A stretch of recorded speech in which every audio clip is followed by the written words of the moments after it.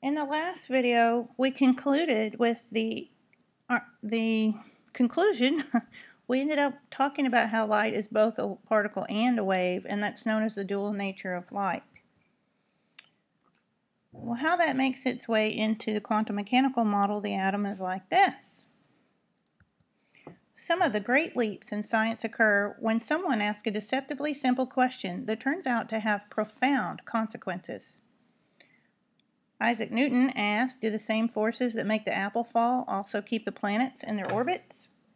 And Albert Einstein asked, what might I see if I rode on a beam of light?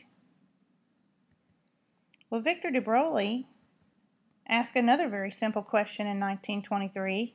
If light can behave as both a wave and a particle, then can particles, like electrons, also behave like waves?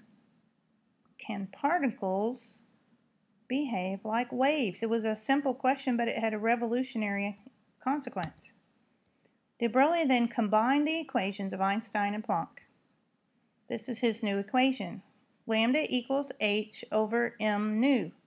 Lambda is the wavelength, h is Planck's constant, m is for mass, and that v there is the Greek letter nu, which stands for frequency.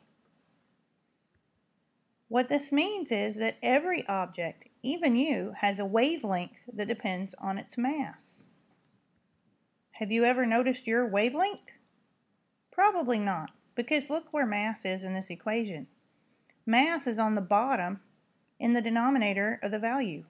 So for something that's as massive as you, we don't observe your wavelength. If we apply de Broglie's equation to something as large as a baseball, the wavelength is so small that it might as well be zero. But electrons are very tiny. It has a very tiny mass. So according to de Broglie's equation, an object of small mass has a larger and therefore observable wavelength. 4 years later, two scientists independently discovered wave interference patterns from beams of electrons. Just like in the light experiment that we did earlier, when we shine the beams of electrons, like a cathode ray tube, through the two slits and look at the pattern on the wall, we get these interference patterns, just as if it were beams of light. We have constructive and destructive interference. If you let this thing sink in, it's actually mind-blowing. An electron, thought to be only a particle, can also have the properties of waves. So it turns out that all matter has particle and wave properties. Erwin Schrödinger and Max Born successfully brought the particle and wave nature of matter together in a way that explains interference patterns. Their findings led to a new model of the atom. The math involved with their model is way over the heads of most students in Chemistry 1. But you can know that they came up with a new model of the atom that was based on these interference patterns. They had in their model the idea that electrons were like waves around the nucleus. Instead of a particle going around the nucleus, the electrons are viewed as a wave around the nucleus. And their model also related directly to the probability of where the electron might be found.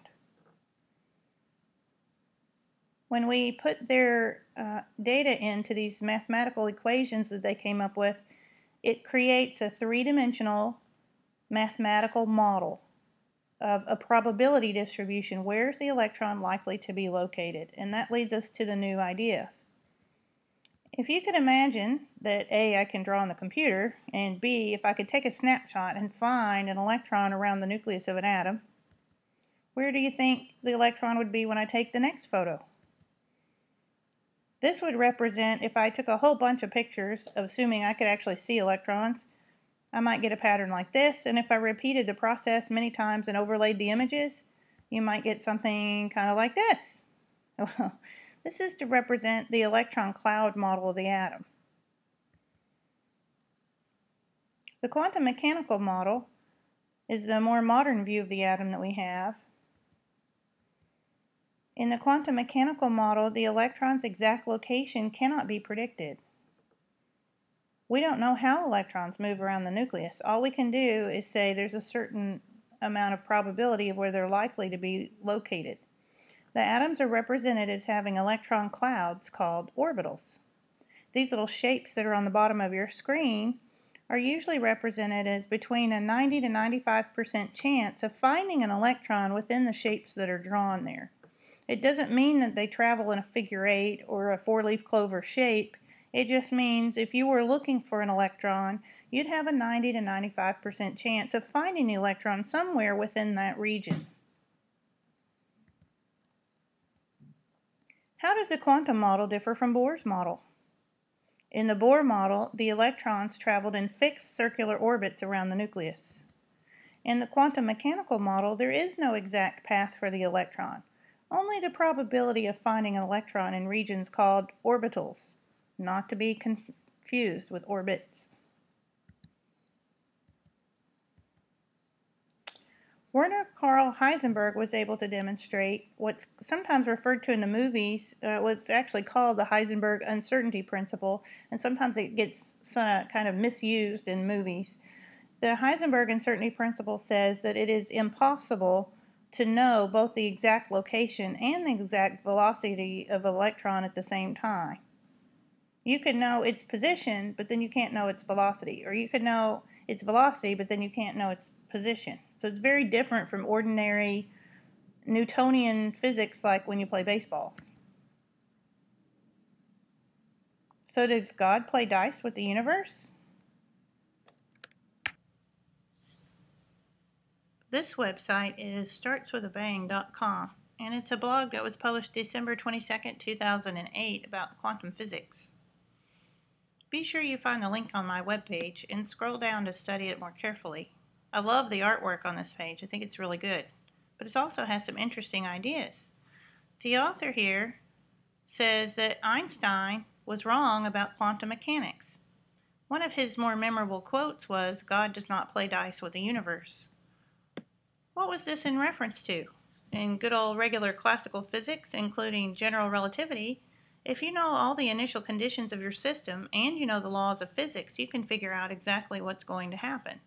In quantum mechanics, though, if you know the initial conditions and you know the laws of physics, you can figure out the probability of various outcomes happening. But you can never know which one will definitely occur until after it's over. Einstein didn't believe it and held a series of great debates with Niels Bohr over the issue. And this great picture that I just love is Niels Bohr and Albert Einstein having one of their deep discussions. It turns out that Einstein and one of his graduate students tried to do experiments to prove their point, but it actually didn't work. Let's have a concrete example of an experiment that you can do to help you understand this. And he refers to the cathode ray tube experiment with the electrons that we've already looked at, how they interfere with each other and create interference patterns. But what if you fire electrons one at a time? This is interesting. Here are the results built up over time. One electron fired at a time. Is it interfering with each other? Amazing. The electron must be interfering with itself. How does it know where to go? And how do you determine which slit it went through? Now here's where things get interesting. You can set up some light sensors on each of the slits to figure out which one the electrons go through.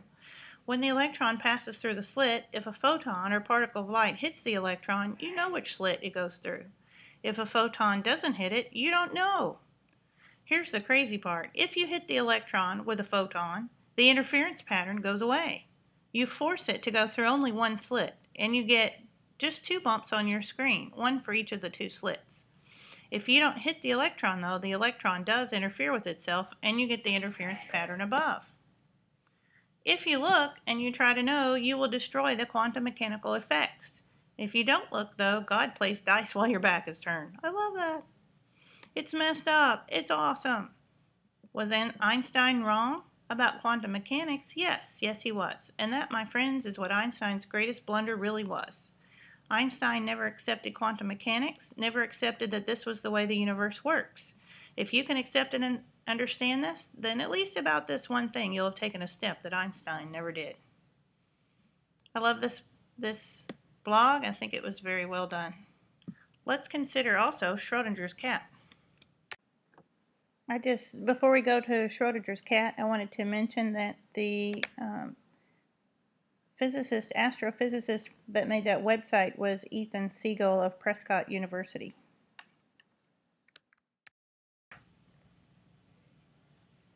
The Schrödinger cat experiment is a very interesting one.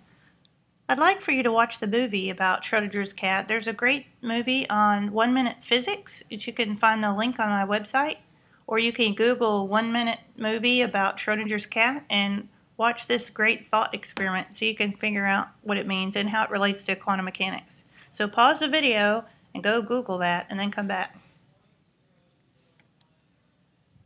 Quantum mechanical model allows us to make sense of the periodic table, as you'll soon see in our upcoming lessons. It also helps us predict the chemistry and the spectra of the elements. So more details to come, stay tuned. This image is from the Orbitron gallery of atomic orbitals. You can look that up if you Google the Orbitron. It's really cool too. More details coming about quantum mechanical model. Thanks for watching.